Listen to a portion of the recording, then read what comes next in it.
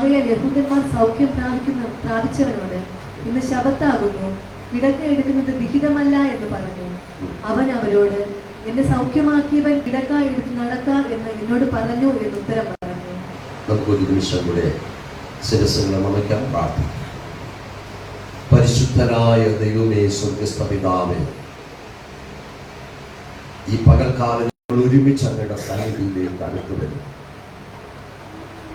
ശബത്തിൽ യേശു ഒരു മനുഷ്യനെ സൗഖ്യമാക്കിയപ്പോൾ, കിടക്കയെടുത്ത് നടക്ക എന്ന് പറഞ്ഞപ്പോൾ, പരീശന്മാരും ശാസ്ത്രിമാരും സൗഖ്യം പ്രാപിച്ചവനെ ഞെരുക്കുമ്പോൾ അവനോട് അവൻ ധൈര്യമായി പറയുന്നു, എനിക്ക് സൗഖ്യം നൽകിയവൻ എന്നോട് പറഞ്ഞു കിടക്കയെടുത്ത് നടക്കുക. ഇന്ന് പകൽക്കാലം ഞങ്ങൾ അനുഭവിക്കുന്ന പ്രതിസന്ധികളുടെ നടുവിൽ ധൈര്യമായി നിൽക്കുവാൻ ദൈവം ഞങ്ങൾക്ക് കൃപ നൽകണം. യേശുവിന്റെ നാമത്തിൽ തന്നെ. ഹല്ലേലൂയ. യോഹന്നാൻ സുവിശേഷം 5-ാം അധ്യായം എന്ന് കേൾക്കുമ്പോൾ തന്നെ സൺഡേ സ്കൂൾ പഠിക്കുന്ന കുട്ടികൾക്കും ഉൾപ്പെടെ സകലർക്കും അറിയാം, ബെഥസ്ദ കുളക്കരവിൽ 38 വർഷമായി രോഗശൈലിയിലായിരുന്ന മനുഷ്യനെ യേശു സൗഖ്യമാക്കിയത്. ആ സംഭവം ലോകം മുഴുവനും അറിയാവുന്നവരാണ്. ക്രിസ്ത്യാനികൾക്ക് മാത്രമല്ല, ഹിന്ദുക്കൾക്കും ആ സംഭവങ്ങൾ അറിയാം. എന്നാൽ ആ സൗഖ്യം നടന്നത് 38 വർഷമായി ആരാലും വിടുവിക്കപ്പെടാൻ കഴിയാതെ തന്റെ കണ്ണിന്റെ മുമ്പിൽ ദൈവത്തിന്റെ ദൂതൻ ഇറങ്ങി വെള്ളം കലക്കുമ്പോൾ ആദ്യം ഇറങ്ങുന്നവൻ സൗഖ്യം പ്രാപിക്കുന്നത് കണ്ടിട്ട് 38 വർഷങ്ങളായി ആയിരക്കണക്കിന് ആളുകൾ സൗഖ്യം പ്രാപിച്ച് കയറിപ്പോകുന്നത് കണ്ടുകൊണ്ട് നിരാശനായി കിടക്കുന്ന മനുഷ്യനെ വിടുവിക്കുവാൻ ഉലകത്തിൽ ആർക്കും കഴിയാതെ വന്നപ്പോൾ യേശു കർത്താവ് ഒരു ശബത്തിൽ അതുവഴി കടന്നു വരുമ്പോൾ ഈ മനുഷ്യനെ കണ്ടു. ഇവിടുത്തെ പള്ളിപ്രമാണികൾ പല പ്രാവശ്യം കണ്ടിട്ടുണ്ടായിരിക്കും, പരീശന്മാർ കണ്ടിട്ടുണ്ടായിരിക്കും, സദൂക്യർ കണ്ടിട്ടുണ്ടായിരിക്കും, അവിടുന്ന് വിടുതൽ പ്രാപിച്ച പലരും കണ്ടിട്ടുണ്ടായിരിക്കാം. പക്ഷേ അവരാരും ഈ മനുഷ്യന് വേണ്ടി ഒന്നും ചെയ്യാതെ പോയപ്പോൾ, ഒരുപക്ഷെ സൗഖ്യം പ്രാപിച്ച് മടങ്ങിപ്പോയവർ അവർ കൊണ്ടുവന്ന ഭക്ഷണത്തിന്റെ ബാക്കി ചിലപ്പോൾ ഈ മനുഷ്യന് കൊടുത്തിരിക്കാം. ചിലപ്പോ കടന്നു വന്ന അടുത്ത രോഗികളെ നോക്കാൻ വന്നവർ ചിലപ്പോൾ സമ്പത്ത് കൊടുത്തിരിക്കാം, ചിലപ്പോൾ ആശ്വാസവാക്ക് പറഞ്ഞിരിക്കാം. പക്ഷേ അതൊന്നും ആ മനുഷ്യന് ആശ്വാസമായി തീർന്നില്ല. 38 വർഷമായ കുളക്കരവിൽ കിടന്ന മനുഷ്യനെ അവിടെ യേശു ചോദിക്കുന്നു, നിനക്ക് സൗഖ്യമാകുവാൻ മനസ്സുണ്ടോ? ഇന്ന് പകൽ കർത്താവ് നമ്മോട് ചോദിക്കുന്നു, ഇന്ന് നീ അഭിമുഖീകരിക്കുന്ന പ്രശ്നങ്ങൾക്ക് വിടുതൽ പ്രാപിക്കാൻ നിനക്ക് മനസ്സുണ്ടോ? നിനക്കൊന്ന് പുറത്തു വരാൻ മനസ്സുണ്ടോ? അതിന് ദൈവം എന്റെ പക്ഷത്തുണ്ടാകണം. ദൈവം നമ്മുടെ പക്ഷത്തുണ്ടെങ്കിൽ നിശ്ചയമായും കർത്താവ് നമ്മെ പുറത്തു കൊണ്ടുവരും. ദാവീദ് പറഞ്ഞു, ഞാൻ കുഴഞ്ഞ ചെപ്പിലും നാശകരമായ കുഴിയിലുമായിരുന്നു. ഒരു കാലത്ത് അതെ കർത്താവിനെ അതിൽ നിന്ന് പുറത്തു കൊണ്ടുവന്നു. ദൈവം കുഴഞ്ഞ ചെപ്പിൽ നിന്ന് പുറത്തു കൊണ്ടുവന്നപ്പോൾ, നാശകരമായ കുഴിയിൽ നിന്ന് പുറത്തു കൊണ്ടുവന്നപ്പോൾ എന്റെ കാലുകളെ ക്രിസ്തുവാകുന്ന പാറയിൽ ഉറപ്പിച്ചു. എന്നിട്ട് ദൈവമക്കളെ, ഞാൻ കേൾക്കുന്ന ദൈവത്തിന്റെ വചനത്തിൽ നമ്മൾ ഉറച്ചാൽ അതെ പിന്നെയും നിന്നെ നാശകരമായ കുഴിയിലേക്ക് തള്ളിവിടുന്നവരല്ല നമ്മുടെ കർത്താവ്. നമ്മൾ ആയിരിക്കുന്ന സാഹചര്യത്തിൽ നിന്ന് വിടുതൽ പ്രാപിക്കുവാൻ നമുക്കൊരു താല്പര്യം ഉണ്ടാകണം, ആ ഒരു ബലം ഉണ്ടാകണം. ഒരു മനുഷ്യന് ഉറങ്ങിക്കിടന്നാൽ അവനെ വിളിച്ചുകൊടുത്താൽ എളുപ്പമാണ്, പക്ഷെ ഉറക്കം നടിച്ചു കിടക്കുന്നവനെ എണീപ്പിക്കാൻ വലിയ പാടാണ്. ചില കിടരോഗികളുടെ അടുക്കൽ പോയാൽ അവർക്ക് ഈ കിടക്കുന്നതാണ് സുഖം. അതുകൊണ്ട് അവരെ ഒന്ന് എണീപ്പിക്കാൻ നമ്മൾ ശ്രമിച്ചാൽ നമ്മുടെ മുഴുവൻ ആരോഗ്യം കൊടുത്താൽ അവർ എഴുന്നേൽക്കില്ല. എന്താ കാര്യം? അവർക്ക് ഇഷ്ടം അങ്ങനെ കിടക്കുക. ഒരു സ്ഥലത്ത് കിടന്നാൽ സമയത്തിന് ആഹാരം കൊണ്ടുവന്ന് കൊടുക്കും, കുടിക്കാൻ വെള്ളം കൊണ്ടുവന്ന് കൊടുക്കും, പിന്നെ ആരെങ്കിലും ഒക്കെ വന്നു നോക്കാൻ കാണും. ഇതൊക്കെ ഒരു സുഖമായി അനുഭവിക്കുന്ന ആളുകളുണ്ട്. മറ്റു ചിലർക്ക് എങ്ങനെയെങ്കിലും ഒന്ന് എനിക്ക് ഇവിടുന്ന് എഴുന്നേൽക്കണം, എനിക്ക് എന്റെ കാര്യങ്ങളിലേക്ക് ഓടണമെന്ന് അകത്തൊരു ദാഹമുള്ള ആളിനെ അതെ നമ്മളൊന്ന് ചെറിയ സപ്പോർട്ട് ചെയ്താൽ മതി, ആ വ്യക്തി എഴുന്നേൽക്കും. ഇന്ന് പകൽക്കാലം അത് 38 വർഷമായി ഒരേ കിടക്കിൽ കിടക്കുന്ന പക്ഷപാത രോഗിയായ മനുഷ്യനെ സൗഖ്യമാക്കുവാൻ ഉലകത്തിൽ ആരും തയ്യാറാകുമ്പോൾ, ആരും അതിനുവേണ്ടി ഒന്ന് പരിശ്രമിക്കാതിരിക്കുമ്പോൾ, ഇവിടെ കർത്താവ് ആ മനുഷ്യനോട് ചോദിക്കുന്നു, നിനക്ക് സൗഖ്യമാകുവാനായിട്ട് മനസ്സുണ്ടോ? കർത്താവിനോട് പറയുന്ന ഒരു മറുപടി, കർത്താവേ, അതേ ദൂതനിറങ്ങി കുളം കലക്കുമ്പോൾ എന്നെ എടുത്ത് കുളത്തിലേക്ക് ആക്കുവാൻ എനിക്ക് ആരുമില്ല. ഞാൻ ആശയറ്റവനാണ്, ഞാൻ ആശ്രയം നഷ്ടപ്പെട്ടവനാണ്. എന്നെ സഹായിപ്പാൻ കരുതുവാൻ ഉലകത്തിൽ ആരും എനിക്കില്ല. ഇന്ന് പകൽക്കാലം ലോകത്തിൽ ആരും നിന്നെ സഹായിപ്പാനില്ലയോ? അവിടെയാണ് ദൈവത്തിന്റെ സഹായം നമുക്ക് ആവശ്യമായിരിക്കുന്നത്. നമ്മുടെ പൂർണ്ണ ആശ്രയം ഈ ദൈവത്തിൽ വച്ചാൽ ദൈവം നമ്മെ സഹായിപ്പാനായിട്ടുണ്ടാകും. ദൈവത്തിലും മാമോനിലും ആശ്രയം വെച്ചാൽ ഉലകത്തിൽ ആർക്കും നിന്നെ സഹായിപ്പാൻ കഴിയുകയില്ല. 2 വള്ളത്തിൽ കാല് ചവിട്ടുന്ന മനുഷ്യനെ പോലെ 2 വള്ളങ്ങൾ 2 ഭാഗത്തേക്ക് പോകുമ്പോൾ അവൻ ആഴക്കടലിലേക്ക് വീണു പോകും. നിന്നെ അവിടെ കിടന്നു അയ്യോ വിളിച്ച് അയ്യോ കടൽ വീണുവെന്ന് പറഞ്ഞിട്ട് കാര്യമില്ല. ആർക്കും മനസ്സിലും ഉണ്ടാകയില്ല. എന്താ? നീ ഒരു വള്ളത്തിൽ ചവിട്ടണമായിരുന്നു. നിനക്ക് യാത്ര ചെയ്യുവാനായിട്ട് ദൈവം ബുദ്ധി തന്നിട്ടുണ്ട്. ദൈവത്തിന്റെ സന്നിധിയിൽ ഇന്ന് പകൽക്കാലം അതിന് വെളിപ്പാട് കർത്താവ് സഭകൾക്ക് ദൂതന്മാർ പറയുന്നു, നീ ഒന്നുകിൽ ശീതവാനായിരിക്കണം, അല്ലെങ്കിൽ ഉഷ്ണവാനായിരിക്കണം. നീ ശീതവാനുമല്ല ഉഷ്ണവാനുമല്ലായകയാൽ നിന്നെ എന്റെ വായിൽ നിന്ന് വെണ്ണുകളയും. നീ ഒന്നുകിൽ ദൈവവേദനായി ജീവിക്കണം, അല്ലെങ്കിൽ ലോകമനുഷ്യനായി ജീവിക്കണം. ലോകമനുഷ്യനായി ജഡിക മനുഷ്യനായി ജീവിക്കുന്നവന് പിശാച് സഹായം ഉണ്ടായിരിക്കും. അത് നിനക്ക് പിശാച് സഹായം ചെയ്യുകയില്ല. പിശാചിന്റെ കൂട്ടിൽ പുറത്തു വന്നാൽ നീ ദൈവകൃപയിൽ നിലനിൽക്കുന്നുവെങ്കിൽ കർത്താവിന്റെ ദൂതന്മാർ നിന്നെ കാവൽ ചെയ്യുക. നിന്റെ കാൽ കല്ലിൽ തട്ടിപ്പോകാതെ വേണ്ട കർത്താവ് നിന്നെ കാക്കും. ഇന്ന് പകൽക്കാലം ഇവിടെ ഈ 38 വർഷമായി രോഗിയായിരുന്ന മനുഷ്യനെ യേശു സൗഖ്യമാക്കിയപ്പോൾ, സൗഖ്യമാക്കി കഴിഞ്ഞപ്പോൾ ഇതാ ചില ആളുകൾ അടുത്ത് വരികയാണ്. ഇന്ന് ലോകത്തിൽ കാണുന്ന ഒരു പ്രതിഭാസം, കഷ്ടതയിൽ കിടക്കുമ്പോ, വേദനയിൽ കിടക്കുമ്പോ, രോഗിയായി കിടക്കുമ്പോ, അധ്വാനിക്കാൻ കഴിവില്ലാതിരിക്കുമ്പോ ദൈവദാസന്മാർ പോയി ഉപവസിക്കുകയും പ്രാർത്ഥിക്കുകയും ചെയ്ത് അത് കരഞ്ഞ് നിലവിളിച്ച് ആ വിഷയത്തിന് വിടുതൽ കൊടുത്തു കഴിയുമ്പോൾ അത് വലിയ ആളുകൾ പറയും ഒരു ചെറിയ സഹായവുമായിട്ട്, അതെ ഇത് നീ ഇനി ഞങ്ങളുടെ കൂടെ വന്നാൽ ഇനി നിനക്ക് ഇതുപോലെ തന്നോണ്ടിരിക്കും. അത് പറയാനാളുണ്ട്.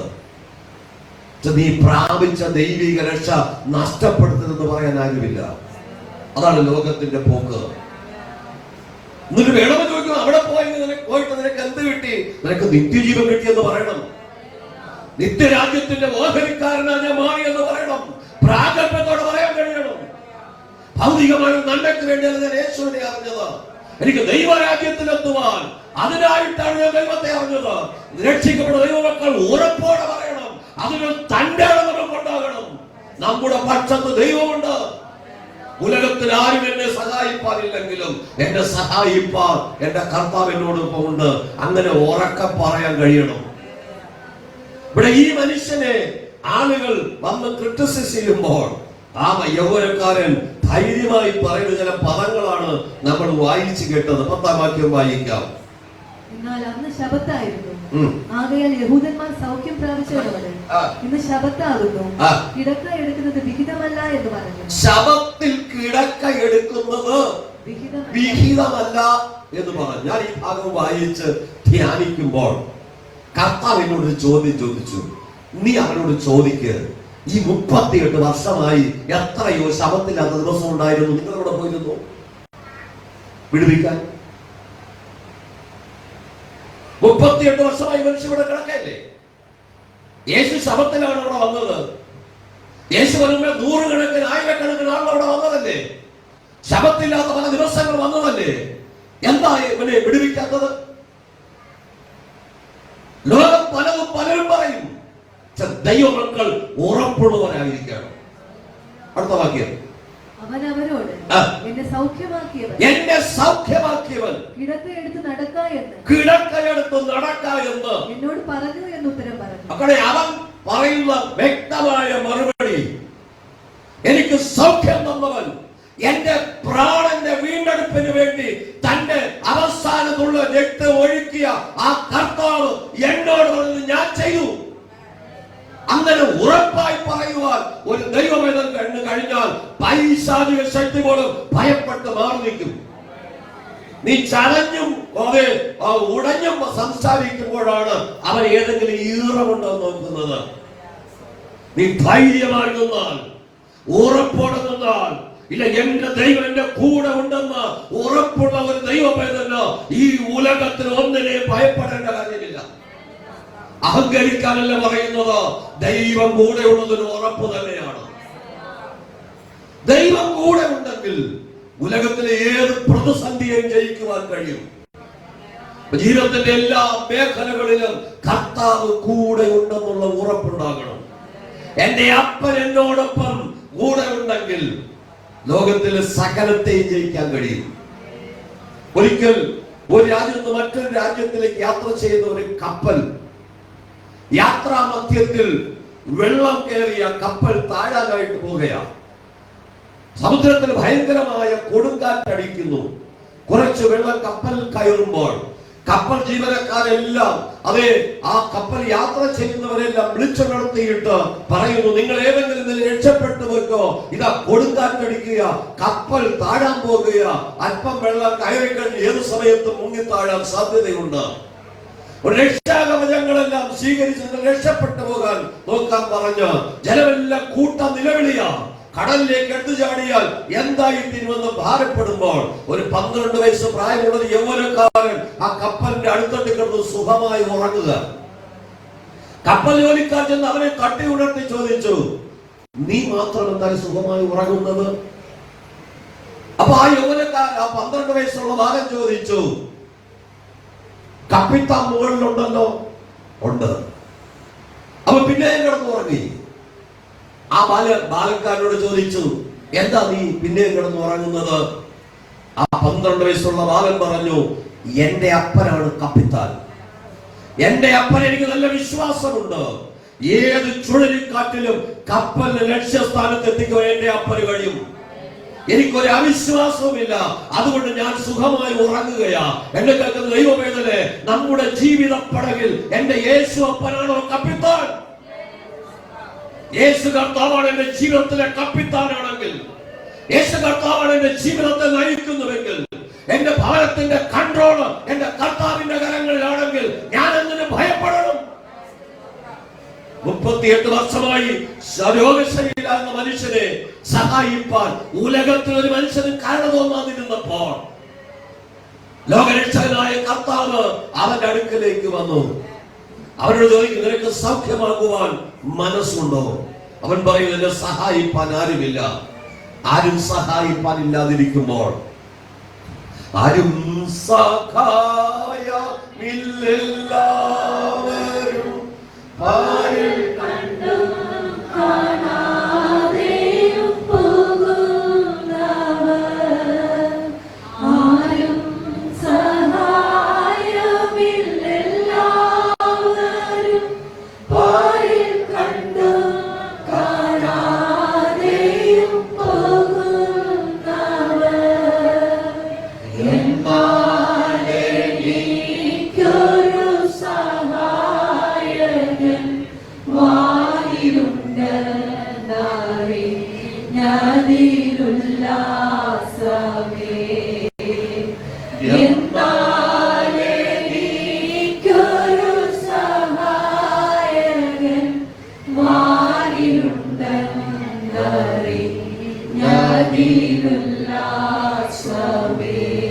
പൈതൽ പ്രായം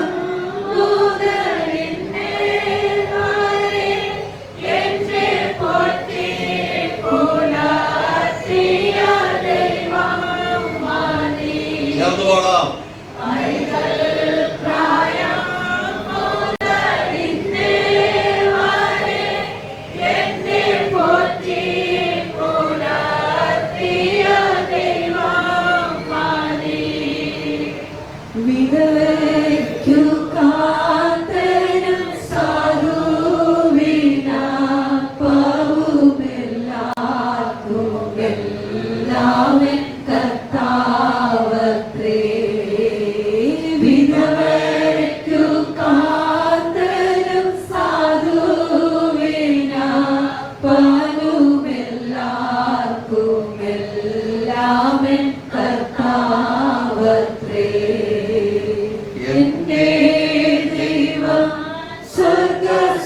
സ്വർഗസിംഹാസനം തന്നിലെന്നിൽ കനിഞ്ഞെന്നെ ഓർത്തിടുന്നു. എന്റെ ദൈവം സ്വർഗസിംഹാസനം തന്നിലെന്നിൽ കനിഞ്ഞെന്നെ ഓർത്തിടുന്നു. പൈതൽ പ്രായം മുതൽ ഇന്നു വരെ കാത്ത ആ ദൈവം സിംഹാസനത്തിൽ ഇരിക്കുമ്പോഴും എന്നെ ഓർക്കുന്നു. എന്താ കാര്യം? ദൈവം എന്റെ പക്ഷത്തുണ്ട്. എന്റെ കർത്താവ് എന്റെ ജീവിത പടകിലുണ്ട്. ഇവിടെ 38 വർഷമായി രോഗശൈലിയിലായിരുന്ന മനുഷ്യനെ സഹായിപ്പാൻ ഉലകത്തിൽ ആരുമില്ലാതിരുന്നപ്പോ എന്റെ പ്രാണപ്രിയൻ അവന്റെ അടുക്കലേക്ക് വന്ന് അവനോട് പറഞ്ഞു, നീ 38 വർഷമായി ഒരേ കിടപ്പിലല്ലേ, നിന്റെ കിടക്ക എടുത്തുകൊണ്ട് നീ ഭവനത്തിലേക്ക് പോകാം. ഈ കിടക്കയിൽ മറ്റൊരു മനുഷ്യൻ വന്ന് കിടക്കരുത്. നിന്നെ 38 വർഷം കിടത്തിയില്ലേ, ആ കിടക്കയിൽ മറ്റൊരുവൻ വന്ന് കിടക്കാതെ ഈ കിടക്കയിൽ നിന്റെ വീട്ടിലേക്ക് പോകാൻ എന്റെ കർത്താവ് പറയുന്നു.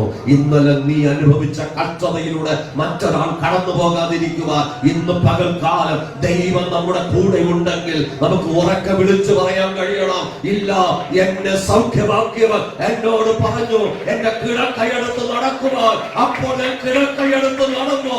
ലോകത്തിൽ ആരും ഇതുവരെ എന്നോട് പറഞ്ഞില്ല.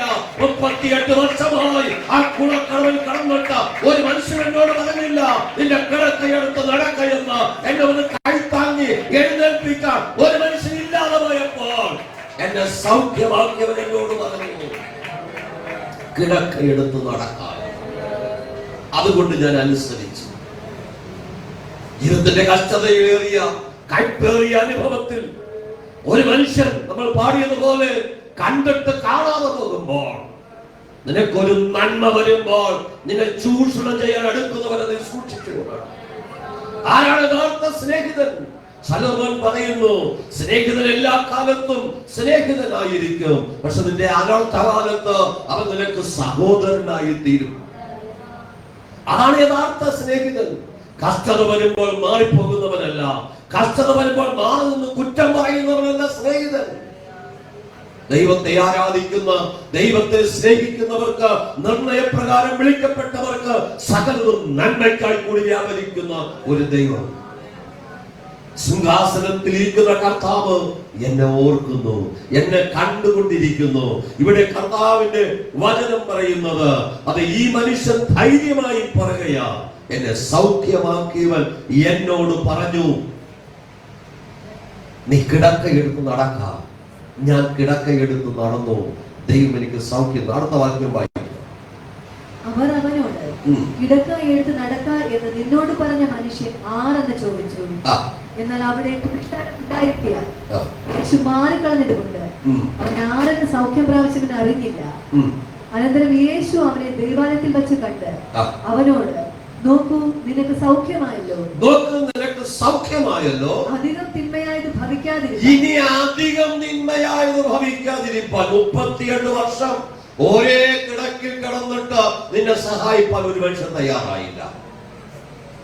പക്ഷേ നീ ദൈവത്തിന്റെ സന്നിധി വിശ്വസ്തയോടെ നിന്നില്ലെങ്കിൽ അധികം തിന്മയായത് ഭവിക്കാതിരിക്കാൻ. യേശു കർത്താവ് പറയുന്നു, ഈ ഭാഗം മറിക്കണ്ട. കർത്താവ് പറയുന്നു, ഒരു മനുഷ്യന്റെ മേൽ നിന്ന് പിശാച് വിട്ടുപോയാൽ അവൻ ഇങ്ങനെ നീരില്ലാത്ത സ്ഥലത്തൂടെ ഊടാടി നടക്കും. അവൻ ഇറങ്ങിപ്പോയ സ്ഥലം അടിച്ചുവാരി വൃത്തിയാക്കിയിരിക്കുന്നു എന്ന് കണ്ടാൽ, അവിടെ ഒഴിഞ്ഞു കിടക്കുന്നു എന്ന് കണ്ടാൽ, അവൻ തന്നെക്കാൾ ബലവാന്മാരായ 7 പേരെ കൂട്ടി നിന്നെ തിരിച്ചു വരും. അവന്റെ സ്ഥിതി, പിന്നത്തെ സ്ഥിതി മുമ്പിലത്തെക്കാൾ വല്ലാതെയാകുമെന്നാണ്. ആർക്കും സഹായിപ്പാൻ കഴിയാത്ത അവസ്ഥയിലേക്ക് വരുമെന്നാണ് കർത്താവ് തന്നെ പറഞ്ഞിരിക്കുന്നത്. നിന്റെ ശരീരം സൗഖ്യം പ്രാപിച്ചാൽ, നിന്റെ ശരീരത്തിനകത്ത് പൈശാചിക ശക്തി വിട്ടുപോയാൽ ആ ഭാഗങ്ങളെല്ലാം പരിശുദ്ധാത്മാവ് കൊണ്ട് നിറയപ്പെടണം. ഒരു ആത്മാവിന് മാത്രമേ ഒരു മനുഷ്യന്റെ മേൽ നിൽക്കാൻ കഴിയുള്ളൂ. ശൗലിന്റെ മേൽ ദൈവത്തിന്റെ പരിശുദ്ധാത്മാവ് എടുത്തു കഴിഞ്ഞപ്പോൾ അതിനെ ആരും വിളിക്കാതെ കടന്നു വരുന്ന അശുദ്ധാത്മാവ് അവന്റെ മേൽ വന്നു. പക്ഷെ ശൗലിന്റെ മേൽ ദൈവം അയച്ചു എന്നാണ് പറയുന്നത്. ദൈവം അയക്കുമോ പിശാചിനെ, അശുദ്ധാത്മാവിനെ? അവൻ സ്വന്തം വാളിൽ വീണ് മരിക്കുന്നത് വരെ അവനെ ഭരിച്ചത് പിശാചാ, അശുദ്ധാത്മാവാ. ദൈവത്തിന്റെ വചനം വിട്ടുപോകരുത്, ദൈവകൃപ വിട്ടുപോകരുത്. ഇവിടെ കർത്താവിന്റെ സൗഖ്യം പ്രാപിച്ചവൻ, അതെ, അവനോട് യഹൂദന്മാർ ചോദിക്കുന്നു, ആരാ നിന്നെ സൗഖ്യമാക്കിയത്? യേശു കർത്താവാണെന്ന് അറിയാൻ കഴിയാതെ പുരുഷാരം കൂടുതൽ ഉണ്ടായിരുന്നു. ദൈവാലയത്തിൽ യേശു അവനെ കണ്ടിട്ട് പറയുകയാ, 38 വർഷം കുളക്കരവിൽ കടന്നവനെ സൗഖ്യം പ്രാപിച്ചപ്പോ ആരും പറഞ്ഞില്ല ആലയത്തിൽ പോകാൻ. യേശു ആലയത്തിൽ വന്നപ്പോ അവിടെ വെച്ച് കണ്ടു അവന്. ഇന്ന് പല കാര്യങ്ങൾക്കും നമുക്ക് സമയമുണ്ട്, പക്ഷെ ആലയത്തിൽ കർത്താവ് വന്നാൽ നിന്നെ കാണുമോ? ദൈവത്തെ ആരാധിക്കുവാൻ, ദൈവത്തെ സ്തുതിക്കുവാൻ ദൈവം നമുക്ക് അവസരം തന്നിരിക്കുമ്പോൾ, ആലയത്തിനകത്ത് കർത്താവ് വന്നപ്പോൾ ആ 38 വർഷം കുളക്കരവിൽ കിടന്നവൻ പിന്നെ ശബത്ത് ദിവസം കുളക്കരവിൽ രോഗികളെ നോക്കാനല്ല പോയത്. പിന്നെയോ അവൻ യേശുവിനെ ദൈവത്തെ ആരാധിക്കാൻ ആലയത്തിൽ വന്നു. ആലയത്തിൽ വെച്ച് അവനെ കണ്ടപ്പോൾ കർത്താവിന് സന്തോഷമായി. കർത്താവ് അവനോട് പറഞ്ഞു, ഇനി അധികം തിന്മയായത് ഭവിക്കാതിരിക്കുവാൻ ഇനി നീ എന്ത് ചെയ്യരുത്? പാപം ചെയ്യരുത്. ഇത് പറയുവാൻ കർത്താവ് വിശ്വസ്തനാണ്. ഇത് പറയുവാനാണ് എന്നെയും നിങ്ങളെ ദൈവം ആക്കി വെച്ചിരിക്കുന്നത്. ദൈവം ഒരു നന്മ തന്ന, ഒരു വിടുതൽ തന്നാൽ അതിനോട് അടുത്ത് പിന്നെ ദൈവത്തോട് അടുത്തു കൊള്ളണം. ദൈവ കൃപയിലേക്ക് നമ്മൾ അടുക്കണം. ആ കർത്താവിനെ മുറുകെ പിടിച്ചു കൊള്ളണം. ശത്രു പിന്നെയും നമ്മളെ ദണ്ഡിപ്പിക്കാതിരിക്കുവാൻ. അടുത്ത വാക്യം, എന്നെ സൗഖ്യമാക്കിയത് യേശു എന്ന് യഹൂദന്മാരോട് അറിയിച്ചു. യേശു ശബത്തിൽ അത് ചെയ്തുകൊണ്ട് യഹൂദന്മാർ അവനെ ഉപദ്രവിച്ചു. യേശു കർത്താവ് 38 വർഷമായി കുളക്കടവിൽ കിടന്ന പക്ഷപാത രോഗിയെ സൗഖ്യമാക്കിയത് കൊണ്ട് ലോകം യേശുവിനെ ഒരു നന്ദി വാക്ക് പറയാനില്ലായിരുന്നു. പിന്നെയോ അവരെല്ലാം കൂടെ കർത്താവിനെ ഉപദ്രവിക്കുകയാണ് ചെയ്തത്. ഇതാണ് ദൈവമക്കൾക്ക് കിട്ടുന്ന പ്രതിഫലം. നമ്മൾ എന്തെങ്കിലും ആത്മാർത്ഥമായി പ്രവർത്തിച്ചാൽ നമുക്ക് കിട്ടുന്നത് പരിഹാസവും നിന്ദയും മാത്രമായിരിക്കും. പക്ഷെ ഇത് കർത്താവിന് നേരത്തെ കിട്ടിയെങ്കിൽ കർത്താവിന് അനുഭവിക്കുന്ന നമ്മുടെ ജീവിതത്തിൽ അതുണ്ട്. അതുകൊണ്ട് നമ്മളൊരു പ്രവൃത്തി ചെയ്തത് കൊണ്ട് ആരെങ്കിലും നിങ്ങളെ പ്രശംസിക്കുമെന്ന് ചിന്തിക്കേണ്ട. സ്വർഗത്തിൽ പ്രതിഫലമുണ്ട്. 38 വർഷമായി കുളക്കടവിൽ കിടന്ന മനുഷ്യനെ എത്രയോ അധികാരികൾ വന്നു കണ്ടതല്ലേ. പക്ഷെ ഒരു ചെറുവിന് നടക്കുവാൻ, ഒരു കൈത്താങ്ങൽ കൊടുക്കുവാൻ ഒരു മനുഷ്യൻ തയ്യാറായില്ല. 38 വർഷമായി അവിടെ കിടക്കുന്ന മനുഷ്യൻ അയ്യോ ഭാവം തോന്നുവാൻ ഒരുവൻ കഴിയാതെ പോയപ്പോൾ എന്റെ പ്രാണപ്രിയനായ കർത്താവ് അവനെ സൗഖ്യമാക്കി പൂർണ്ണമായി വിടുവിപ്പാൻ ഇടയായി തീർന്നു. ശബത്തിനെ കുറിച്ച് വേദപുസ്തകം പഠിപ്പിക്കുന്നത് പുറപ്പാട് പുസ്തകം 20-ാം അധ്യായം അതിന്റെ 10-11 വാക്യങ്ങൾ വായിക്കുമ്പോൾ എന്താണ് ശബത്ത് നമ്മൾ അറിഞ്ഞിരിക്കണം. പുറപ്പാട് പുസ്തകം 20-ാം അധ്യായം 10-11 വാക്യങ്ങൾ. 7-ാം ദിവസത്തിന്റെ ദൈവമായ യഹോവയുടെ ശബത്താകുന്നു. അന്ന് നീയും നിന്റെ പുത്രനും പുത്രിയും നിന്റെ വേലക്കാരനും വേലക്കാരത്തിയും നിന്റെ കന്നുകാലികളും നിന്റെ പടിവാതിൽക്കകത്തുള്ള പരദേശിയും ഒരു വേലയും ചെയ്യരുത്. 6 ദിവസം കൊണ്ട് യഹോവ ആകാശം ഭൂമിയും സമുദ്രവും അവയിലുള്ളതൊക്കെയും ഉണ്ടാക്കി 7-ാം ദിവസം സ്വസ്ഥമായിരുന്നു. 7-ാം ദിവസം സ്വസ്ഥമായിരിക്കുവാൻ ദൈവം തന്നിരിക്കുന്ന ദിവസമാണ് ശബത്ത്. അത് ദൈവത്തെ ആരാധിക്കാൻ മാത്രമേ ജനം പുറപ്പെടുകയുള്ളൂ. കർത്താവിന് വേണ്ടി വേർതിരിക്കപ്പെട്ട ദിവസമാണ് ശബത്ത്. യഹൂദന്മാരുടെ ശബത്ത് ശനിയാഴ്ചയായിരുന്നു.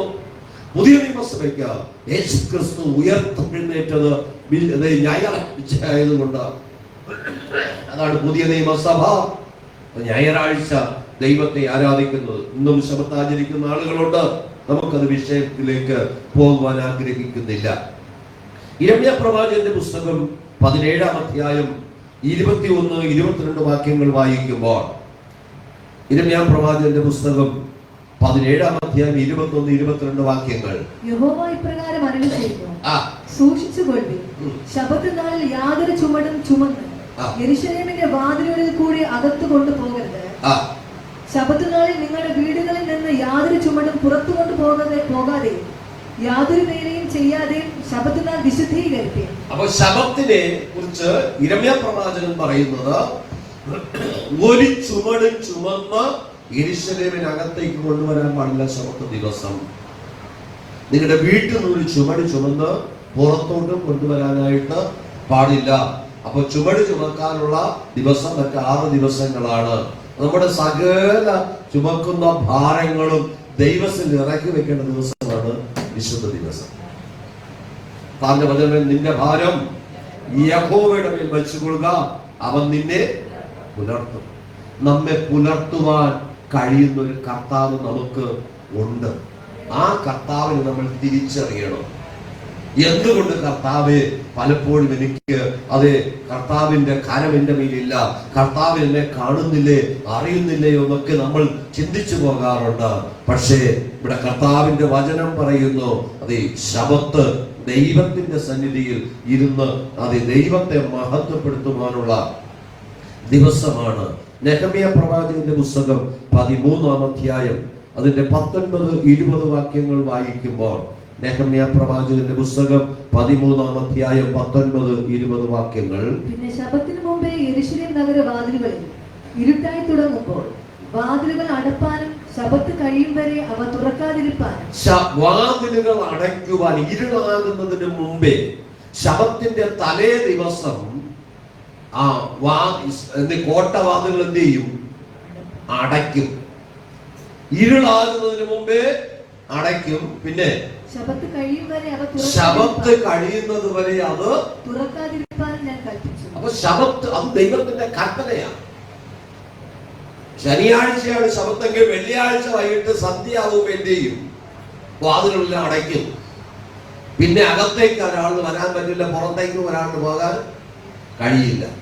ശബത്ത് കഴിഞ്ഞാൽ പിറ്റേന്ന് വെളുപ്പിന്റെ വാതിലുകൾ തുറക്കുള്ളൂ. അത്രമാത്രം നിർബന്ധമായി ശബത്തിനെ ആചരിച്ചിരുന്നവരാണ് പഴയ നിയമസഭ യഹൂദന്മാര്.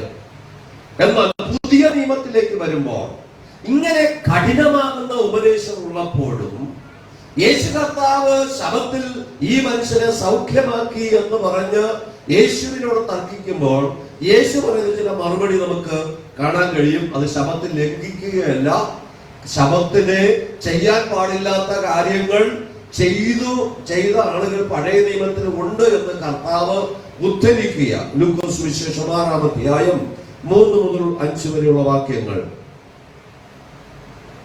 ലൂക്കോസ് സുവിശേഷം 6-ാം അധ്യായം 3 മുതലുള്ള വാക്യങ്ങൾ. ദാവീദ് തനിക്കും യേശു അവരോട് ദാവീദ് തനിക്കും കൂടെയുള്ളവർക്ക്. യേശു കർത്താവ് അവരോട് തർക്കിക്കുന്നതോട് പറയുകയാ, ദാവീദ് തനിക്കും കൂടെ ഉള്ളവർക്കും വിശന്നപ്പോൾ ചെയ്യുന്നത് എന്ത്? അവൻ ദൈവാലയത്തിൽ ചെന്ന് പുരോഹിതന്മാർ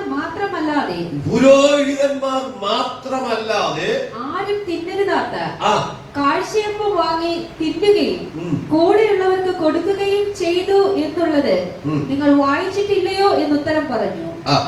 മനുഷ്യപുത്രൻ ശബത്തിനും കർത്താവാകുന്നു എന്നും അവരോട് പറഞ്ഞു. ദൈവത്തിന് സ്തോത്രം. കർത്താവ് ന്യായപ്രമാണം നീക്കുവാൻ വന്നതല്ല, ന്യായപ്രമാണം നിവർത്തിപ്പാനാണ്. ദൈവാലയത്തിലെ കാഴ്ചയപ്പം ആ ഭാഗത്തോട്ട് പോയെന്ന് തീരുകയില്ല, അതുകൊണ്ട് ഞാൻ പോകുന്നില്ല. യെരൂശലേം ദൈവാലയത്തില് കാഴ്ചയപ്പം ഇന്ന് കൊണ്ട് വയ്ക്കുന്ന കാഴ്ചയപ്പം അടുത്ത ദിവസം ശുശ്രൂഷ എടുത്തു മാറ്റും. അതുവരെ മേശപ്പുറത്തിരിക്കും. വിശുദ്ധന്മാർക്ക് മാത്രമേ, പുരോഹിതന്മാർക്ക് മാത്രമേ ഇത് ഭക്ഷിക്കാവൂ. അങ്ങനെയാണ് വ്യവസ്ഥ. യെരൂശലേം ദൈവാലയത്തിലെ ഉപകരണങ്ങളെ തൊടുവാൻ പോലും പ്രത്യേകം കുടുംബക്കാർക്ക് പറഞ്ഞിട്ടുണ്ട്. ചില ലേവ്യരിൽ ചില കുടുംബക്കാരെ വേർതിരിച്ചിട്ടുണ്ട്. മേശമേൽ ശുശ്രൂഷിക്കാൻ ഒരു കൂട്ടര്, അതുപോലെ ശുശ്രൂഷിക്കാൻ ഒരു കൂട്ടര്, ജനത്തെ ശുശ്രൂഷിക്കാൻ ഒരു കൂട്ടര്, ആലയം ശുദ്ധീകരിക്കാൻ ഒരു കൂട്ടര്, ആലയത്തിലെ ഉപകരണങ്ങൾ വൃത്തിയാക്കുവാൻ ഒരു കൂട്ടര്, വിറവ് കീറുവാൻ ഒരു കൂട്ടര്, വെള്ളം കോരുവാൻ ഒരു കൂട്ടര്, അതുപോലെ സമാഗമന കൂടാരത്തിന്റെ ഉപകരണങ്ങൾ ചുമന്നു കൊണ്ടുപോകുവാൻ, വിശുദ്ധ സാധനങ്ങൾ സൂക്ഷിക്കുവാൻ ഒരു കൂട്ടര്, ദൈവാലയത്തിൽ വച്ചിരുന്ന വിശുദ്ധ നിയമപ്പെട്ടകം ചുമക്കുവാൻ പുരോഹിതന്മാരെയൊക്കെ വ്യത്യസ്തമായി ദൈവം ഏൽപ്പിച്ച കാര്യങ്ങളാണ്. ഞാൻ പറയട്ടെ, ഇവിടെ ദൈവവചനം പ്രസംഗിക്കുന്ന ആളിനും ഇവിടെ ആലയം തൂക്കുന്ന ആളിന് പ്രതിഫലം വീതിക്കുമ്പോൾ തുല്യമാണ്.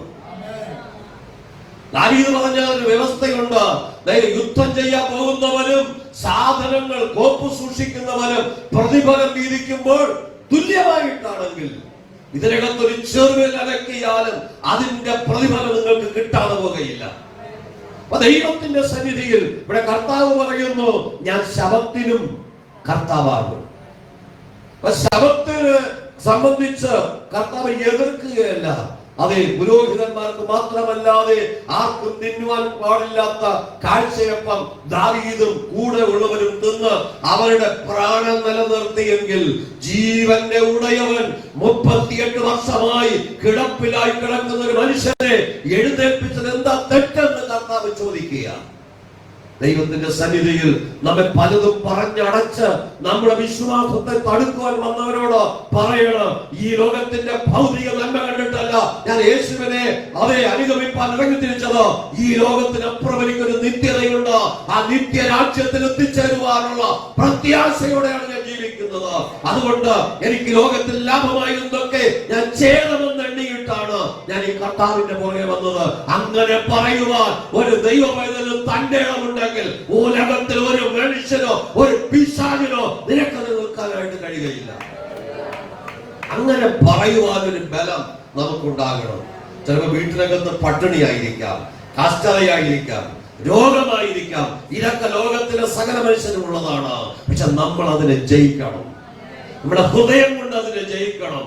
പ്രതിസന്ധികളെ ജയിക്കുവാൻ നമുക്ക് കഴിയണം. യോഹന്നാന്റെ സുവിശേഷം 7-ാം അധ്യായം അതിന്റെ 23-ാമത് വാക്യം വായിക്കുമ്പോൾ, യോഹന്നാന്റെ സുവിശേഷം 7-ാമത്തെ വാക്യം, മോശെയുടെ ന്യായപ്രമാണത്തിന് നീക്കം വരാതിരിക്കാൻ ശബത്തിലും മനുഷ്യൻ പരിച്ഛേദന ഏൽക്കുന്നു എങ്കിൽ ഞാൻ ശബത്തിൽ ഒരു മനുഷ്യനെ മുഴുവനും സൗഖ്യമാക്കിയതിനാൽ എന്നോട് ഈർഷ്യപ്പെടുന്നുവോ? അവിടെ യേശു കർത്താവ് പരീശന്മാരോട് ചോദിക്കുകയാണ്. അത് പരിച്ഛേദന ഏൽക്കുന്നത് ദൈവത്തിന്റെ പ്രമാണം അനുസരിക്കുന്നതാണ്. പക്ഷെ അത് ശബത്തിൽ ചെയ്യുന്നുവെങ്കിൽ, ആ മനുഷ്യന്റെ വീണ്ടെടുപ്പിന് വേണ്ടി ശബത്തിൽ അത് ചെയ്യുന്നുവെങ്കിൽ, ഒരു മനുഷ്യനെ പൂർണ്ണമായി സൗഖ്യമാക്കുന്നത് തെറ്റാണോ എന്ന് യേശു ധൈര്യമായി ചോദിക്കുന്നു. അതൊക്കെയാണ് യഹൂദന്മാർ യേശുവിനെ കൊല്ലുവാനുള്ള തക്കം അന്വേഷിച്ചത്. ലോകം നമ്മെ തകർക്കുവാൻ, ലോകം നമ്മുടെ നാശം കാണുവാൻ, ലോകം നമ്മെ ഇല്ലായ്മയാക്കാൻ ശ്രമിക്കുന്നു. നമ്മൾക്ക് അതിന്റെ നടുവിൽ ധൈര്യമായി പറയാൻ കഴിയണമില്ല, എന്റെ ദൈവം എന്റെ പക്ഷത്തുണ്ട്, എനിക്കൊരു നിത്യതയുണ്ട്, അത് നഷ്ടപ്പെടാൻ ഞാൻ അനുവദിക്കയില്ല. ഉലകത്തിൽ എന്തെല്ലാം കഷ്ടതകളും ശോധനകളും പ്രയാസങ്ങളും വന്നാലും പൗലോസ് ഒരിക്കൽ ഇങ്ങനെ പറഞ്ഞു, കഷ്ടതയോ പട്ടിണിയോ ആപത്തോ വാളോ നഗ്നതയോ ഈ ലോകത്തിനോ വരുവാനുള്ളതിനോ ഉയരത്തിനോ ആഴത്തിനോ ക്രിസ്തുവിന്റെ സ്നേഹത്തിൽ തന്നെ വേർതിരിപ്പാൻ കഴിയില്ല എന്ന് ഞാൻ ഉറച്ചിരിക്കുന്നു. ആ ഒരു ഉറപ്പാണ് ആ അഭിഷക്തന് അവസാനം വരെ ഓടുവാൻ ബലം നൽകിയത്. ഈ മിഥുന കർക്കിടക മാസത്തിൽ എത്ര പേർ കാലുവേദനയായി, കൈവേദനയായി, നടുവേദനയായി എഴുന്നേൽക്കാൻ കഴിയാതെ കിടക്കുമ്പോൾ നമ്മെ എഴുന്നേൽപ്പിച്ച് നിർത്തിയ ആ ദൈവത്തിന് നന്ദി പറയാൻ നമുക്ക് കഴിയുമോ? പരാധീനതകളില്ലാഞ്ഞിട്ടില്ല, വിഷയങ്ങളില്ലാത്തില്ല, പ്രശ്നങ്ങളില്ലാഞ്ഞിട്ടല്ല, പിന്നെയോ അതിന്റെ നടുവിൽ ജയത്തോടെ നടത്തുന്ന ഒരു കർത്താവ് നമുക്കുണ്ട്. അതാണ് നമ്മുടെ ഉറപ്പ്, അതാണ് നമ്മുടെ പ്രത്യാശ. അതുകൊണ്ട് അതേ കാറ്റടിക്കുമ്പോൾ അതേ വാടുന്ന കീഴയെ പോലെ ഒരു ദൈവവേദന കുടഞ്ഞു പോകരുത്. അതിന്റെ നടുവിൽ സ്റ്റഡിയായി നിൽക്കുവാൻ എന്റെ യേശു അപ്പൻ എന്നോടൊപ്പമുണ്ട്. ആ കർത്താവ് എന്നെ കണ്ടുകൊണ്ടിരിക്കുന്നു. അത് ദാവീദ് പറയുന്നു, യഹോവ എന്റെ വലത്തുഭാഗത്ത് ഉള്ളത് കൊണ്ട് ഞാൻ കുലുങ്ങിപ്പോകയില്ല. എന്റെ ദൈവത്താൽ ഞാൻ മതിൽ ചാടിക്കടക്കും.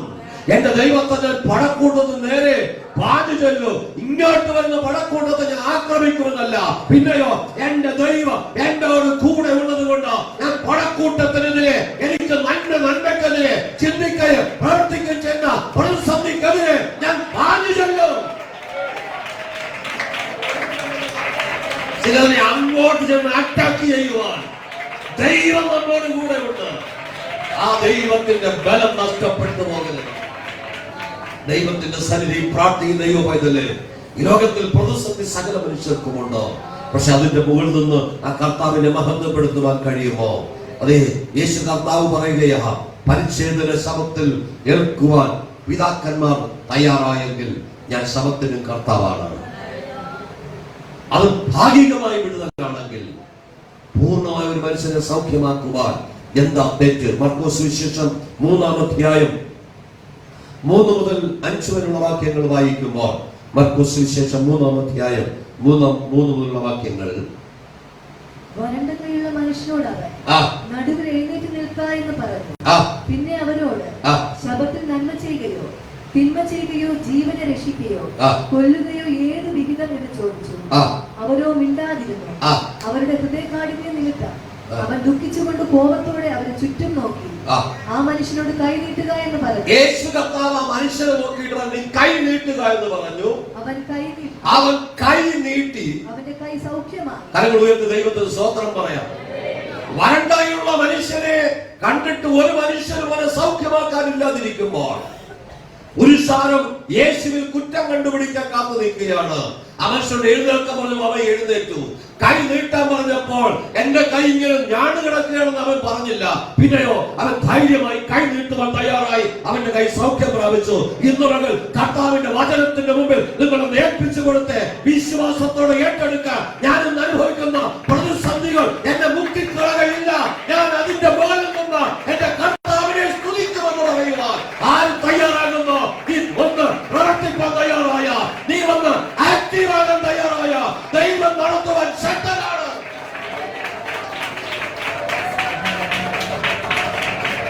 ഹല്ലേലൂയ. ഏതെങ്കിലും ഒരു കാറ്റ് അവിടെ നിന്ന് വരുന്നു എന്ന് കാണുമ്പോഴേ നമ്മൾ വീട്ടിനകത്ത് കയറി കഥവ് കൂട്ടിയിരിക്കുന്നവരല്ല.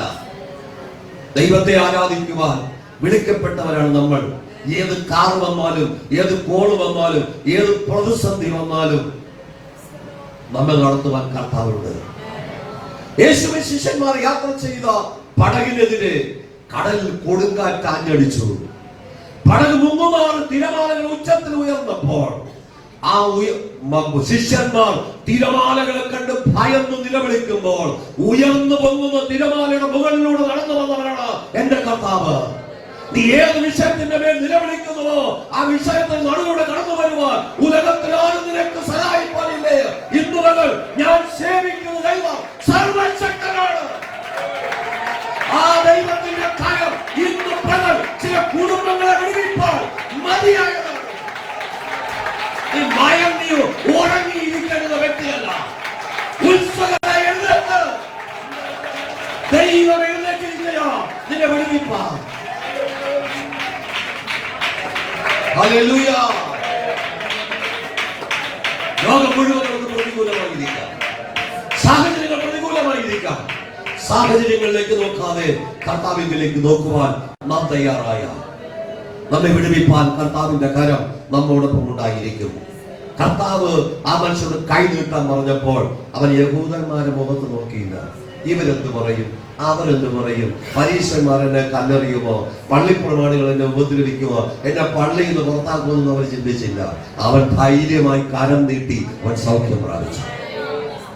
ഒരു പ്രതിസന്ധി വരുമ്പോൾ അവരിലേക്ക് ഇവരിലേക്ക് നോക്കരുത്. നമ്മൾ 118-ാം സങ്കീർത്തനം വായിച്ച് ധ്യാനിച്ചത്, മനുഷ്യൻ ആശ്രയിക്കുന്നതിനേക്കാൾ യഹോവയിൽ ആശ്രയിക്കുന്നത് നല്ലത്, പ്രഭുക്കന്മാരുടെ ആശ്രയിക്കാൾ യഹോവയിൽ ആശ്രയിക്കുന്നത് നല്ലത്. നമ്മൾ മനുഷ്യനെ നോക്കരുത്. മനുഷ്യനൊക്കെയും ആടുന്ന വേലിയും ചാഞ്ഞ മതിലും പോലെയാണ് വേദപുസ്തകം പറയുന്നത്. അങ്ങോട്ട് ചായുമ്പോൾ അങ്ങോട്ട് നിൽക്കും, ഇങ്ങോട്ട് ചായുമ്പോൾ ഇങ്ങോട്ട്. അതല്ല ദൈവമക്കൾ. ദൈവമക്കൾ സ്റ്റഡിയായി നിൽക്കുന്നവരായിരിക്കും. ജീവൻ വെടിയേണ്ടി വന്നാലും, ലോകത്തിൽ എന്തെല്ലാം സംഭവിച്ചാലും എന്റെ കർത്താവിനെ വിട്ട് ഞാൻ മാറുകയില്ല. പഴയ നിയമ ഭക്തന്മാരായ ശദ്രക്ക്, മേശക്ക്, അബേദ്നെഗോ, ദാനിയേൽ എന്നീ ഭക്തന്മാരൊക്കെ അതിനുവേണ്ടി നിന്നവരാ. അവരെ ഒന്നും തകർന്നു പോകാൻ ദൈവം അനുവദിച്ചില്ല. അവരെ പുറത്തു കൊണ്ടുവന്നു. നമുക്ക് നിൽക്കാൻ തയ്യാറുണ്ടോ? ഏത് തീച്ചൂടിയുടെ നടുവിലും നിന്നെ പുറത്തു കൊണ്ടുവരാൻ കഴിയുന്ന ഒരു ദൈവം നമുക്കുണ്ട്. പ്രതിസന്ധിയുടെ നടുവിൽ നമുക്ക് ഉറപ്പായി പറയാൻ കഴിയണം, എന്നെ വിടുവിപ്പാൻ എന്റെ ദൈവം എന്റെ കൂടെ ഉണ്ട്. എന്റെ ജീവിതം എനിക്കായിട്ടല്ല, എന്റെ കർത്താവിനായിട്ട് ഞാൻ സമർപ്പിച്ചു കഴിഞ്ഞു. എന്റെ ഇഷ്ടങ്ങളെല്ലാം എന്റെ കർത്താവിനായി ഞാൻ ഏൽപ്പിച്ചു കഴിഞ്ഞു. ഇനി ജീവിക്കുന്നത് ഞാനല്ല, ക്രിസ്തു മാത്രമേ ജീവിക്കും. ആ ഒരു വെളിപ്പാട് ഒരു ദൈവം എന്ന് വരുമ്പോഴാണ് പ്രത്യാശയുടെ വാക്കുകൾ പറയാൻ കഴിയുന്നത്, പ്രതികൂലങ്ങളെ ജയിക്കാനായിട്ട് കഴിയുന്നത്. ലൂക്കോസ് സുവിശേഷം 13-ാം അധ്യായം അതിന്റെ 14 മുതലുള്ള വാക്യങ്ങൾ. ലൂക്കോസ് സുവിശേഷം 13-ാം അധ്യായം 14 മുതലുള്ള വാക്യങ്ങൾ. യേശു ശബത്ത് സൗഖ്യമാക്കിയത് കൊണ്ട് പള്ളിപ്രമാണം നീരസപ്പെട്ടു. പുരുഷാരത്തോട് വേല ചെയ്യുവാൻ 6 ദിവസമുണ്ടല്ലോ, അതിനകം വന്ന് സൗഖ്യം വരുത്തിച്ചുകൊള്ളുവിൻ, ശബത്തിൽ അരുതെന്ന് പറഞ്ഞു. അതിനകത്ത് വന്ന സൗഖ്യം വരുത്തിച്ചു കൊള്ളുവീൻ, ശബത്തിൽ അരുതെന്ന് പറഞ്ഞു. വായിക്കാം. കർത്താവ് അവനോട്, കപടഭക്തിക്കാരെ, നിങ്ങളിൽ ഓരോരുത്തരും ശബത്തിൽ തന്റെ കാളയോ കഴുതയോ തൊട്ടിയിൽ നിന്ന് അഴിച്ചു കൊണ്ടുപോയി വെള്ളം കുടിപ്പിക്കുന്നില്ലയോ? എന്നാൽ സാത്താൻ 18 സംവത്സരമായി ബന്ധിച്ചിരുന്ന അബ്രഹാമിന്റെ മകളായ ഇവളെ ശബത്തിനാൽ ഈ ബന്ധനം അഴിച്ചുവിടേണ്ടതല്ലയോ എന്ന് ഉത്തരം പറഞ്ഞു. യേശു കർത്താവ് പരീക്ഷന്മാരോട് ചോദിക്കുന്നു, ശബത്തായതുകൊണ്ട് നിങ്ങളുടെ കാളയോ കഴുതയോ തൊട്ടിയിൽ നിന്ന് അഴിച്ചു കൊണ്ടുപോയി വെള്ളം കുടിപ്പിക്കുന്നില്ലയോ? ശബത്തായതുകൊണ്ട് ആ ആഹാരം, അതേ മൃഗത്തിന് നിങ്ങൾ ആഹാരം കൊടുക്കുന്നില്ലേ, അതിന് വെള്ളം കൊടുക്കുന്നില്ലയോ? അങ്ങനെയാണെങ്കിൽ 18 സംവത്സരമായി പിശാച് കെട്ടിവെച്ച ഇവിടെ ശബത്താണെന്ന് പറഞ്ഞ് അഴിച്ചുവിടേണ്ടതല്ലേ? കാളയെ അഴിച്ചുകൊണ്ട് പോയി വെള്ളം കുടിപ്പിക്കാൻ നിങ്ങൾ കഴിയുന്നു. പക്ഷേ 18 സംവത്സരമായി പിശാച് കെട്ടിവെച്ച ഇവിടെ അഴിച്ചുവിട്ടപ്പോൾ, സ്വതന്ത്രമാക്കിയപ്പോൾ നിങ്ങൾ എന്നെ കല്ലെറിയാൻ തുടങ്ങുന്നു. അപ്പൊ എന്താണ് നീതി എന്ന് യേശു കർത്താവിനോട് പറയുകയാണ്. വെള്ളം കുടിക്കാതെ ഉപവസിച്ച രാജ്യമൊക്കെ ഉണ്ട്. യോന പോയി നിലവയിൽ ദൈവവചനം പ്രസംഗിച്ചു. 40 ദിവസം കഴിയുമ്പോൾ ഈ പട്ടണം നശിക്കാൻ പോകുന്നു. അത് കേട്ട ജനവും രാജാവും പൂർണ്ണമായി ഉപവസിച്ചു. രാജാവ് കൽപ്പന ഇട്ടു, ഇന്നു മുതൽ 3 ദിവസത്തേക്ക് ഈ രാജ്യത്തിലെ ഒരു മനുഷ്യനോ മൃഗമോ വെള്ളം കുടിക്കുകയോ ഭക്ഷണം കഴിക്കുകയോ ചെയ്യരുത്. വെള്ളം കുടിക്കാതെ ഭക്ഷണം കഴിക്കാതെ രാജ്യത്തിലെ രാജാവ് ഉൾപ്പെടെ സകല മനുഷ്യനും മൃഗങ്ങളും പറവജാതികളും ഒരുമിച്ച് 3 ദിവസം ഉപവസിച്ച് കഴിഞ്ഞപ്പോൾ ദൈവത്തിന്റെ കോപം മാറി. എന്തിനായി അന്തർവേശയ്ക്ക് മുമ്പ് 2 ദിവസം ഉപവാസം വെച്ചിരിക്കുന്നത്? നമ്മുടെ കുടുംബത്തിന്റെ നന്മയ്ക്ക് വേണ്ടിയാണ്. ജീവിതത്തിൽ എവിടെയെങ്കിലും പ്രതികൂലങ്ങൾ, ബലഹീനത ഉണ്ടെങ്കിൽ അത് തിരിച്ചറിഞ്ഞ് അതിനെ ജയിക്കുവാനായിട്ട് പിന്നെ ഒരു പടി കൂടെ കർത്താവിനോട് അടുക്കുവാൻ, കർത്താവിന്റെ സന്നിധിയിലോട്ട് അടുക്കുവാൻ നമുക്ക് കഴിയണം. അവിടെയാണ് ദൈവത്തിന്റെ അനുഗ്രഹം പ്രാപിപ്പാനായിട്ട് ഇടയായി തീരുന്നത്. യോഹന്നാന്റെ സുവിശേഷം 9-ാം അധ്യായം അതിന്റെ 13 മുതലുള്ള വാക്യങ്ങൾ.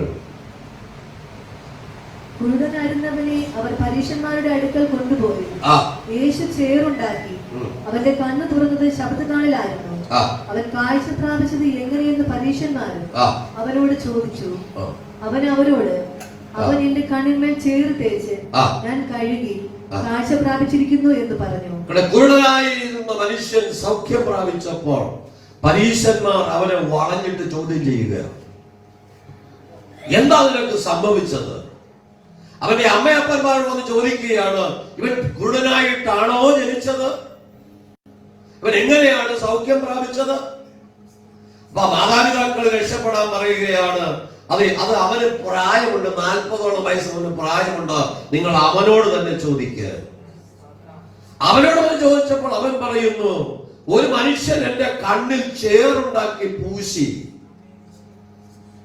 എന്നോട് ശിലോഹാം കുളത്തിൽ പോയി കഴുകാൻ പറഞ്ഞു. ഞാൻ പോയി കഴുകി സൗഖ്യം പ്രാപിച്ചു. അത് ശബത്താണോ മറ്റു ദിവസമാണോ എനിക്കറിയില്ല. എന്നോട് പറഞ്ഞു ഒരുവൻ, നീ പോയി കഴുകി സൗഖ്യം പ്രാപിക്കാൻ. ഞാൻ പോയി കഴുകി സൗഖ്യം പ്രാപിച്ചു. ദൈവകൽപ്പന അനുസരിക്കുന്ന ഒരു ദൈവ പൈതലിനെ ലോകം മുഴുവൻ പ്രതികൂലങ്ങൾ സൃഷ്ടിച്ചിരിക്കാം. ലോകം നിന്നെ എന്താണെന്ന് പറഞ്ഞ് നിന്നെ ഒതുക്കുവാൻ, ഞെരുക്കുവാൻ നോക്കിയേക്കാം. അതിന് നടുവിൽ ധൈര്യമായി പറയാൻ കഴിയണം, എന്റെ ജീവന്റെ വീണ്ടെടുപ്പുകാരൻ എന്നോട് പറഞ്ഞത്, എനിക്ക് വേണ്ടി മരിച്ച എന്റെ പ്രാണപ്രിയൻ എന്നോട് പറഞ്ഞത് ഞാൻ ചെയ്തു. അങ്ങനെ പറയാൻ പ്രാഗൽഭ്യമുണ്ടെങ്കിൽ നിന്നെ ജയത്തോടെ നടത്തുവാൻ ദൈവം ശക്തനാണ്. ദൈവത്തിന്റെ പാദപീഠത്തിലായിരിക്കുന്ന ദൈവമായിട്ടല്ലേ? നമ്മുടെ ദൈവം അത്ഭുതങ്ങളുടെ ദൈവമാണ്. നമ്മുടെ ദൈവത്തിന് ഇന്നും പ്രവർത്തിപ്പാനായിട്ട് കഴിയും. എവിടെയൊക്കെയോ ദൈവപ്രവൃത്തി വെളിപ്പെടുവാൻ തടസ്സമായിരിക്കുന്നുവോ ആ മേഖലകളിലേക്ക് കർത്താവിനൊന്ന് കടന്നു ചെല്ലാൻ അനുവദിച്ചാൽ, ലോകത്തിൽ പല കാര്യങ്ങൾ പറഞ്ഞ് മുടന്നും പറഞ്ഞ് ലോകം നമ്മെ മാറ്റി നിർത്തുമ്പോൾ, വർണ്ണത്തിന്റെയും ജാതിയുടെയും മതത്തിന്റെയും പേര് പറഞ്ഞ് മനുഷ്യനെ ജനം മാറ്റി നിർത്തുമ്പോൾ, സകലത്തിന്റെയും നായകനായ യേശുവിനെ ആണ് നീ സേവിക്കുന്നുവെങ്കിൽ, നാം സേവിക്കുന്ന കർത്താവാണെന്ന് തിരിച്ചറിഞ്ഞാൽ നാം പുറകോട്ട് നിൽക്കേണ്ടുന്നവരല്ല. ദൈവമക്കൾ സകലത്തിലും മുമ്പിൽ നിൽക്കണം. ജീവിതത്തിന്റെ ഏത് മേഖലയിലും ഇവിടെ കർത്താവിന്റെ സന്നിധിയിൽ പ്രാർത്ഥിക്കുന്ന ദൈവപൈതലിനെ സൗഖ്യമാക്കുവാൻ ദൈവശക്തി. അടുത്ത വാക്യം കൂടെ വായിക്കാം. പരീശന്മാരിൽ ചിലർ ഈ മനുഷ്യൻ ശബത്ത് പ്രമാണിക്കായതുകൊണ്ട് ദൈവത്തിന്റെ അടുക്കൽ നിന്ന് വന്നവനല്ല എന്ന് പറഞ്ഞു. മറ്റു ചിലർ പാപിയായ മനുഷ്യൻ ഇങ്ങനെയുള്ള അടയാളങ്ങൾ ചെയ്യുവാൻ എങ്ങനെ കഴിയുമെന്ന് പറഞ്ഞു. പരീശന്മാർ യേശുവിനെ കുറ്റം വിധിക്കാൻ വന്നവർ ഇപ്പൊ 2 വർഷമായി. ഒരു കൂട്ടർ പറയുന്നു ഈ ശബത്ത് ലംഘിച്ചവൻ പാപിയാണ്. മറ്റൊരു കൂട്ടർ പറയുന്നു, അവനോടൊപ്പമുള്ള ചിലർ പറയുന്നു, പാപിയായ ഒരു മനുഷ്യന് ഇവന്റെ കണ്ണു തുറക്കാൻ പറ്റുമോ? ഇത്രയും കാലം നമുക്ക് അത് തുറക്കാൻ കഴിഞ്ഞില്ലല്ലോ. ഈ പാപിയായ മനുഷ്യനും നിങ്ങൾ പറയുന്ന അവൻ പാപിയാണെങ്കിൽ എങ്ങനെ അവന് കണ്ണു തുറക്കാൻ കഴിയും? അടുത്ത ഭാഗം. അങ്ങനെ അവരുടെ ഇടയിൽ ഒരു ഭിന്നത ഉണ്ടായി. ദൈവമക്കളെ അറ്റാക്ക് ചെയ്യാൻ വരുന്നവരുടെ ഇടയിൽ ഭിന്നത വരുത്താൻ പോവുക ദൈവം. ദൈവമക്കൾ നന്മയ്ക്കെതിരായി ഒത്തുകൂടുന്നവരുടെ ഇടയിൽ ദൈവം ഭിന്നത വരുത്താൻ പോകുകയാ. അവർ തമ്മിലടിക്കാൻ പോകുകയാ. നിന്റെ കണ്ണുകൊണ്ടത് കാണും. അതെ, ദുഷ്ടന്മാർക്ക് വരുന്ന പ്രതിഫലം നിന്റെ കണ്ണുകൊണ്ട് കാണും. സങ്കീർത്തനം 118 നിങ്ങൾ വീട്ടിൽ പോയി വായിച്ച് ധ്യാനിക്കട. നിന്റെ കണ്ണുകൊണ്ട് തന്നെ നീ നോക്കി ദുഷ്ടന്മാർക്ക് വരുന്ന പ്രതിഫലം കാണും. കർത്താവിനെ ഒറ്റിക്കൊടുക്കുക, കർത്താവിനെ കുറ്റം ചുമത്തുക, കർത്താവിനെ കല്ലെറിയുക, കർത്താവിനെ ചോദ്യം ചെയ്യുവാൻ വന്നവർ തമ്മിൽ ചിന്തിച്ചുവെങ്കിൽ ഇന്ന് പകൽക്കാലം ദൈവത്തെ ആരാധിക്കുന്ന ദൈവമേ, നമ്മുടെ യജമാനൻ സ്വർഗത്തിലുണ്ട്. നമ്മുടെ നീതി സ്വർഗത്തിൽ നിന്ന് വെളിപ്പെടും. ആരെല്ലാം നിന്റെ തകർച്ചകള് അതെ കൊതിച്ച് എന്തെല്ലാം ചെയ്താലും നീ വ്യാകുലപ്പെടരുത്. നമുക്കൊരു യജമാനൻ സ്വർഗത്തിലുണ്ട്.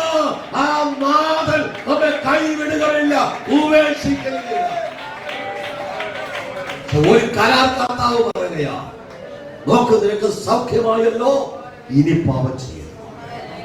ഇനി അധികം തിന്മയായത് ഭവിക്കാതിരിക്കുവാൻ ഇനി പാപം ചെയ്യരുത്. ദൈവം നിന്നെ വിടുവിച്ചു, ദൈവം നിന്നെ വീണ്ടെടുത്തു, യേശുവിന്റെ രക്തം നിന്നെ വിലയ്ക്ക് വാങ്ങി, ദൈവത്തിന്റെ മകനാക്കി മകളാക്കി മാറ്റി. ആ ഒരു പദവി നമുക്ക് തന്നിരിക്കുന്നു. അതുകൊണ്ട് ലേഖനത്തിൽ പറയുന്നു, സ്വർഗത്തിലെ സകല ആത്മീക അനുഗ്രഹങ്ങളും നമ്മുടെ അവകാശമാണ്. ആരോഗ്യമുള്ളപ്പോ ഓടുക. പണ്ടത്തെ ആള് പറയും, കാറ്റുള്ളപ്പോ തൂറ്റി കൊടുക്കണം, എങ്കിലേ പതിര് ആ കാറ്റത്ത് കൊണ്ടുപോകുകയുള്ളൂ.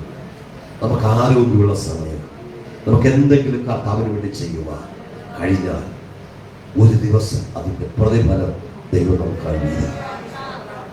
നമ്മുടെ ഓട്ടം അധ്വാനം ഒരിക്കലും വെറുതെ അല്ല. ദൈവമക്കളെ, ദൈവത്തിന്റെ സന്നിധിയിൽ പ്രാർത്ഥിക്കുന്ന തന്റെ മക്കൾക്ക് വേണ്ടി കരുതി വെച്ചിരിക്കുന്ന ഒരു ദൈവം. ഹല്ലേലൂയ. കഴിഞ്ഞ ദിവസം ശുശ്രൂഷിക്കാൻ പോയ ആലയത്തിൽ പറഞ്ഞു, അവിടെ ധാരാളം യൗവനക്കാരുണ്ട്. ഞാൻ പറഞ്ഞു, നിങ്ങൾ ഇത്രയും പേര് കൂടെ ഒരു ഞായറാഴ്ച ഒരു സ്ഥലത്ത് കൂടി ഒരു പരസ്യയോഗം നടത്താൻ കഴിഞ്ഞാൽ അവിടെ ഒരു ബോക്സ് ഇരിക്കുന്നത് ഞാൻ കണ്ടു. ചാർജ് ചെയ്യുന്നൊരു ബോക്സ്. അത് ദേശത്തൊരു അനുഗ്രഹമായിരിക്കും, കർത്താവിന്റെ സാക്ഷിയായിരിക്കും. 2 കാര്യങ്ങളാണ് അതിന്റെ പിന്നിൽ. ദേശത്തിന്റെ നടുവിൽ ചെന്ന്, അതേ വിവിധ ഇടങ്ങളിൽ ചെന്ന് മദ്യം വേണ്ട, മയക്കുമരുന്ന് വേണ്ട എന്ന് പറഞ്ഞ് ഉറക്കെ പ്രഖ്യാപിക്കുന്ന ഈ യൗവനക്കാരൻ അല്ലെങ്കിൽ ആ യൗവനക്കാരി പിന്നെ മയക്കുമരുന്നിന്റെ പറയാൻ അവന് കഴിയില്ല. നമ്മുടെ കുഞ്ഞുങ്ങളെ അതിനായി നമ്മൾ ഒരുക്കണം.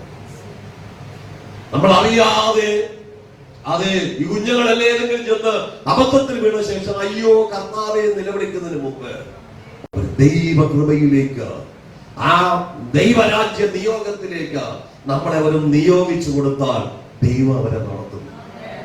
നിന്റെ എല്ലാ വഴികളിലും നിന്നെ കാക്കേണ്ടതിന് ദൈവം തന്റെ ദൂതന്മാരോട് നമുക്ക് എല്ലാവർക്കും എഴുന്നേൽക്കാം, ആ ദൈവത്തോട് പ്രാർത്ഥിക്കാം.